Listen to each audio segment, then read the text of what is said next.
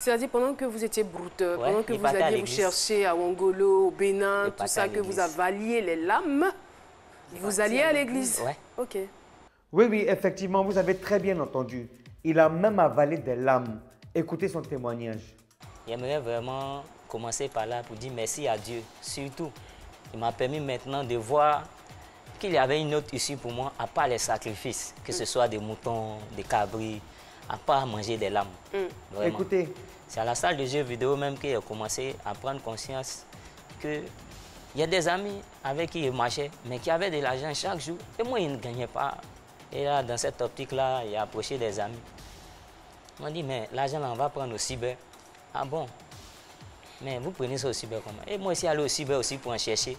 Moi aussi, je tapais le clavier comme on parlait, mais je ne gagnais rien. Voilà, c'est dans le jargon. Taper le clavier. Il y avait des mougous. Les mougous sont communément appelés nos victimes. Ce sont nos victimes qu'on appelle les mougous. Je vais faire mon témoignage là parce que il faudrait que la jeunesse soit.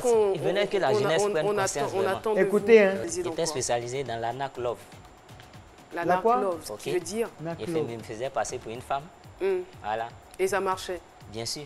D'accord. Donc vous avez galéré pendant 8 mois et puis après... Pendant 8 mois et après, ben, j'ai essayé de demander plus en profondeur. Ils m'ont dit, ben, voici ce qui se passe. Il faudrait que tu fasses des sacrifices, tu attaches l'esprit de certains blancs.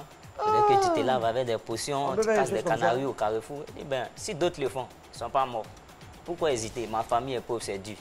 Moi aussi, j'ai envie de sortir de cette misère. C'est ça, on voit beaucoup de calebasses sur les routes. Voilà, ça, c'était mon raisonnement à l'époque. Et voici comment il va prendre la route de Katiola, Wangolo, Tumodi. Ça, c'était ici en Côte d'Ivoire. Faire des sacrifices de moutons par-ci, cabri par-là. L'argent venait, mais ce n'était pas en abondance. 100 000, 200 000, 250 000. Quelle était la plus forte somme? Ma plus forte somme qu'il y a eu? Environ 2,5 millions en un jour. Et qu'est-ce que vous faisiez de cet argent-là? Il y avait un objectif, moi aussi, aller au broutage, juste pour me faire un chemin et puis atteindre mon objectif. Il y a eu plus de force à continuer jusqu'à ce que ça me pousse à aller au Bénin, au Togo. Parce que je me suis dit que c'est parce qu'il n'y a pas de l'argent qu'il ne partait pas.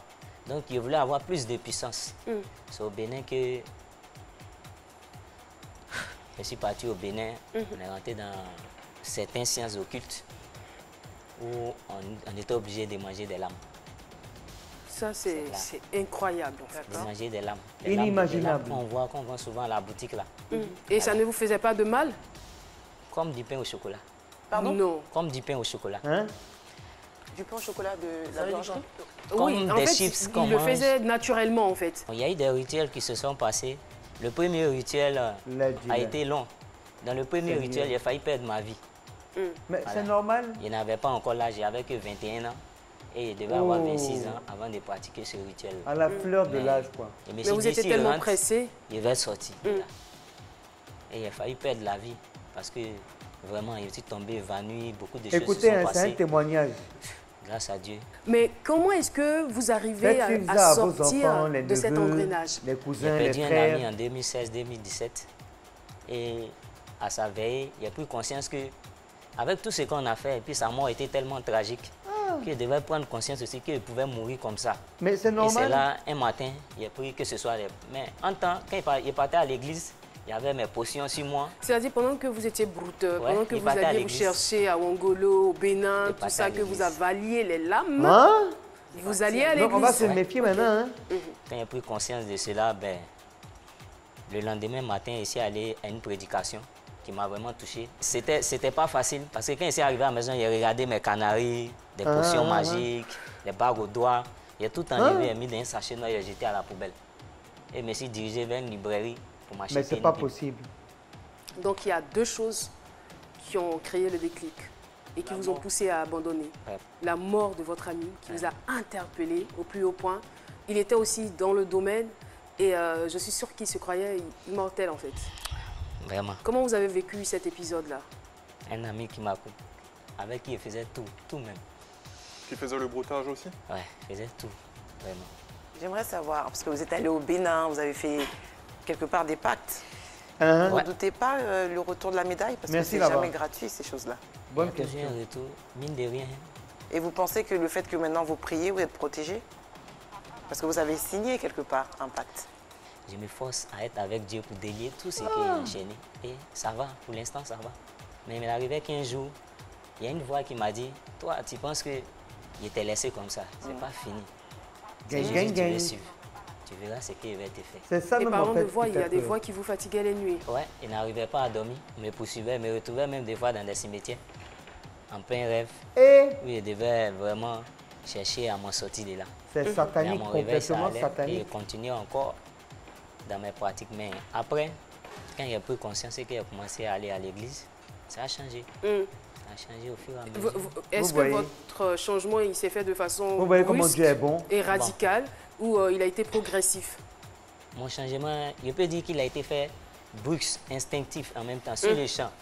Parce que sur les champs, ça a commencé, presque la musique du coupé décalé ont disparu sur de mon téléphone. Ça fait très peur. Voilà. Il a soulevé ces potions-là, il les jeté seul. Tout ce qui était à la maison, vraiment, qui ne pouvait pas m'édifier vraiment. Il a commencé, il ne les donnait même pas en cadeau, mais je les jetais seulement. C'est la meilleure. Je les jetais, ce qui peut casser, il cassait, ce qui peut jeter, il jetait. Et vos amis qui étaient dans la même situation que vous, vos amis brouteurs, ce changement-là, comment est-ce qu'ils ont...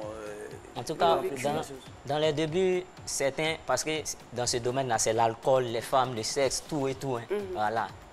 Mais au début, ils ont dit, ben, tu as arrêté l'alcool, tu dis tu vas à l'église, on verra 5 jours, on te donne 5 jours. Il a fait 1 mois, on te donne 6 mois. Il a les fait amis maudits, c'est deux, ils parlent. Passer par le baptême. Sur la page Facebook, Kwasi Yannick qui dit, j'aimerais savoir, est-ce qu'il n'y a pas eu de regret? Oui, c'est vrai que vous avez entamé une nouvelle vie, mais c'est difficile souvent de se détacher de certaines choses. Vraiment, le seul regret que j'ai, c'est que j'ai des enfants. Mon premier fils, c'est lui-même qui m'a fait vraiment prendre conscience parce qu'il tombait tout le temps malade. Il tombait tout le temps malade. Et même quand j'ai arrêté le broutage, on est parti à l'hôpital une fois. Ils ont dit que son foie était gros, que son âge. Ben, il a commencé à sourire, le docteur a demandé pourquoi. C'était dans une clinique. Il lui a dit, Dieu me met en l'œuvre. Il a lui montré que moi aussi, je suis prêt à le suivre. S'il rentré en jeûne et prière, il a bombardé. On est allé 1 semaine encore. On dit c'est à la normale. Merci beaucoup pour ce témoignage. Et je vous dirais, quel est le message que vous pourriez porter aux jeunes qui malheureusement n'ont pas encore la force d'abandonner? Chers jeunes, chers frères, chers sœurs, ce n'est pas difficile. Il suffit seulement d'accepter le Seigneur. Cet argent que tu cherches là-bas, il y en a pleinement chez le Seigneur. Aujourd'hui, je suis dans une compagnie, je me fais des contacts. Aujourd'hui, je viens de croiser Dr Philo. Ça, c'est une grâce. Je me croiser vous. Vraiment. Et tout ça grâce à Dieu. Je n'ai même pas eu besoin de me laver au carrefour à 3 h du matin. Vraiment. Les gars, les jeunes, s'il vous plaît, apprenez que dans la vie, rien ne vient facilement. Ce qui vient facilement part facilement. Ce qui vient difficilement, avec la sueur de votre front, partira difficilement parce que vous avez souffert pour avoir. Aujourd'hui, on est dans un monde où on veut faire comme les autres, où on veut réussir comme les autres, sans pour autant savoir en réalité ces personnes ont réussi en passant et en faisant quoi. Donc arrêtez d'envier, arrêtez d'être jaloux des autres. Soyez fiers de ce que vous avez, soyez heureux de ce que vous avez, parce qu'il y en a d'autres aussi qui n'ont pas ce que vous avez. Travaillons, travaillons dur. Commençons maintenant à changer. Les jeunes, vous êtes à la fleur de votre âge, vous êtes encore tout jeune, vous avez le temps de faire, de travailler, de souffrir pour arriver à vos fins. Arrêtez d'envier, arrêtez de jalouser. Ça va servir à rien. Au contraire, ça va vous enfoncer. Prenez exemple de ce jeune homme. J'avais aussi posté une vidéo il n'y a pas très longtemps de cela où j'avais parlé effectivement d'un même problème, enfin à peu près, qui est aussi relatif à ça. Donc s'il vous plaît, prenons conscience que la vie est compliquée et difficile. Il faut travailler dur pour arriver à nos fins. Au revoir.